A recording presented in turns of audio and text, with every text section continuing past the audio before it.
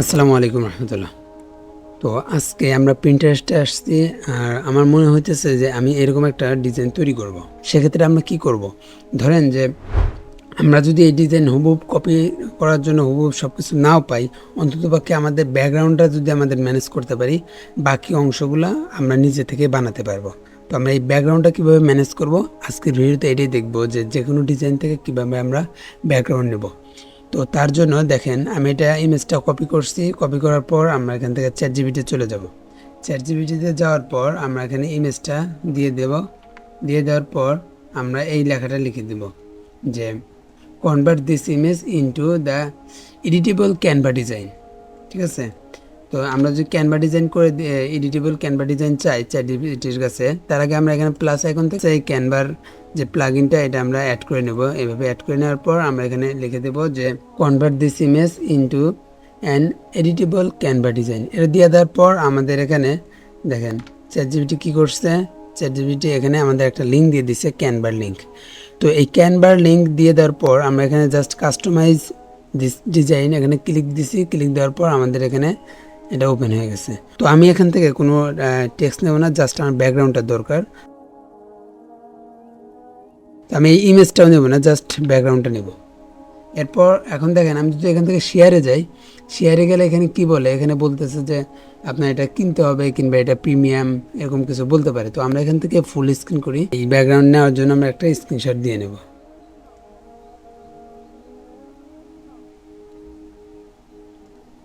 ওকে, আমরা স্ক্রিনশটটা নিয়ে নিলাম। এরপর আমরা আমাদের ডিজাইনটা কাস্টমাইজ করব। তো আমরা এখন আমাদের ফটোশপটা ওপেন করে নেব। ফটোশপে গিয়ে আমাদের যা যা প্রয়োজন আমরা ওখানে এডিট করে বসিয়ে দেব। 1080p যে সাইজটা, সেই সাইজটা দিয়ে দেওয়ার পর আমাদের যে স্ক্রিনশটটা নিচ্ছি ওটা আমরা এখান থেকে কপি করে যে নিচ্ছিলাম স্ক্রিনশটটা, ওটা পেস্ট করে দিলাম। দিয়ে দেওয়ার পর এটা আমরা অ্যাডজাস্ট করে দিলাম।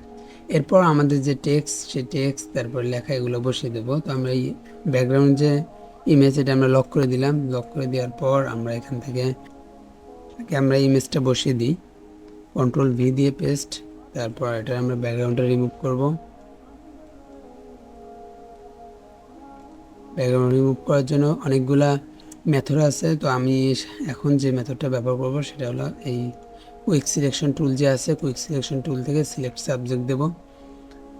সিলেক্ট সাবজেক্ট দেওয়ার পর আমরা কিছুক্ষণ অপেক্ষা করলে আমাদের ইমেজের যে ব্যাকগ্রাউন্ড এটা আমাদের এই দেখেন সেই সাবজেক্টটা ধরে ফেলছে। এখন আমরা কন্ট্রোল I দিয়ে ব্যাক স্পেস দেবো, দিলে আমাদের ব্যাকগ্রাউন্ডটা রিমুভ হয়ে যাবে।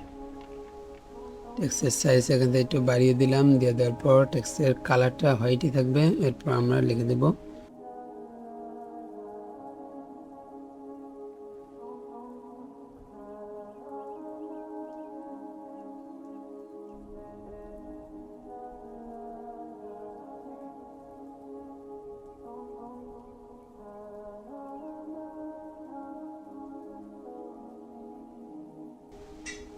ওকে। আমরা এখান থেকে একটা ইমেজ নিয়ে নিলাম। ইমেজটা নিয়ে নেওয়ার পর আমরা আবার ফটোশপে যাব। যাওয়ার পর এখান থেকে কন্ট্রোল V দিয়ে পেস্ট করলাম। পেস্ট করার পর আমরা এটা একটু ছোটো করে নিই, আমাদের যে সাইজ অনুযায়ী ছোটো করে নেওয়ার পর আমরা এটাকে ব্যাকগ্রাউন্ড রিমুভ করব। ব্যাকগ্রাউন্ড রিমুভ করার জন্য আমরা আবার সিলেক্ট সাবজেক্টে যাব।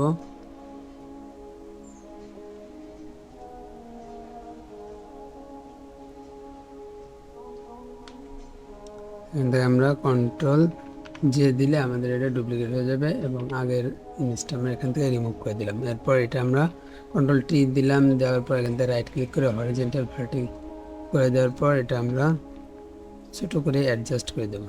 এরপর আমাদের যে লোগোর কাজটা দিয়ে দেবো। আমরা কন্ট্রোল O দিয়ে এখান থেকে আমরা লোগোটা আনবো। আমাদের যে কম্পিউটার একাডেমির যে লোগোটা আছে সেই লোগোটা নিয়ে এসে এখান থেকে আমাদের এখানে আরও বেশ কিছু টেক্সট আছে, সেই টেক্সটগুলো আমরা এখান থেকে দিয়ে দিই।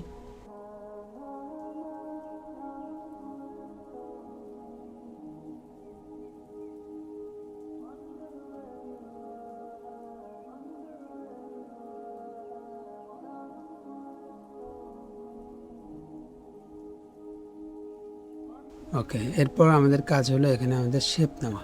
এখন আমরা এখান থেকে এই যে রেক্টেঙ্গেল টুল যে আছে, এই রেক্টেঙ্গেল শেপ, এই শেপের এখান থেকে রেক্টেঙ্গেল শেপটা নেব।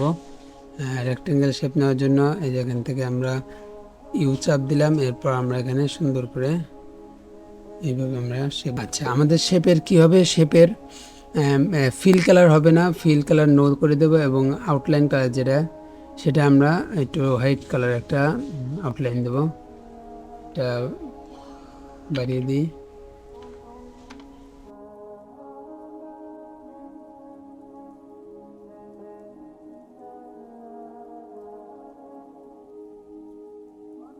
এই তো আমাদের এখানকার যে মোটামুটি কাজ সেটা শেষ। এখন আমাদের এই যে শেপের সামনে একটু এই যে ইটা দিয়ে দেব, আগে কাস্টম শেপে যাব, কাস্টম শেপ থেকে আমরা একটা শেপ নেব, এই যে টিক মার্ক যে শেপটা আছে না, এই শেপটা নেব আমরা।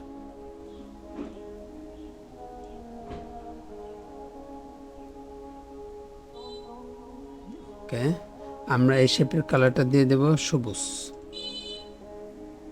আর স্টক থাকবে না।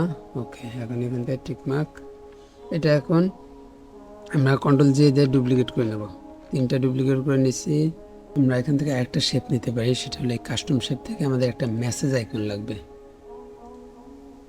আমরা এই শেপটা এখান থেকে নিতে পারি।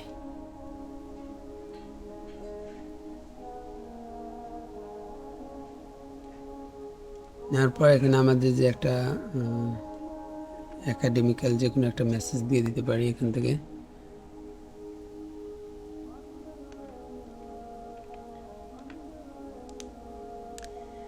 তো আপনারাও দেখলেন যে বেশ ভালো সময় লাগলো এই কমপ্লিট এই ডিজাইনটা আনতে, একদম নিজে নিজে লেখালেখি করে এই ডিজাইনটা নিয়ে আসা হয়েছে, যার কারণে একটু সময় লাগলো। কপি পেস্ট ঠিক আছে, যে আমি একটা ডিজাইন কপি করব এটা ঠিক আছে, তারপরেও তো সব কিছু সাজানো লাগে, এই যে কিভাবে সাজাবো, কিভাবে কোন এলিমেন্টটা খুঁজে বের করব, এগুলো তো সময় লাগে, এগুলো বিভিন্ন আপনার পোস্ট দেখে দেখে দেখে দেখে একটা আইডিয়া চলে আসে। তো আজকের ভিডিওটি এই পর্যন্ত ছিল, দেখা হবে নেক্সট ভিডিওতে।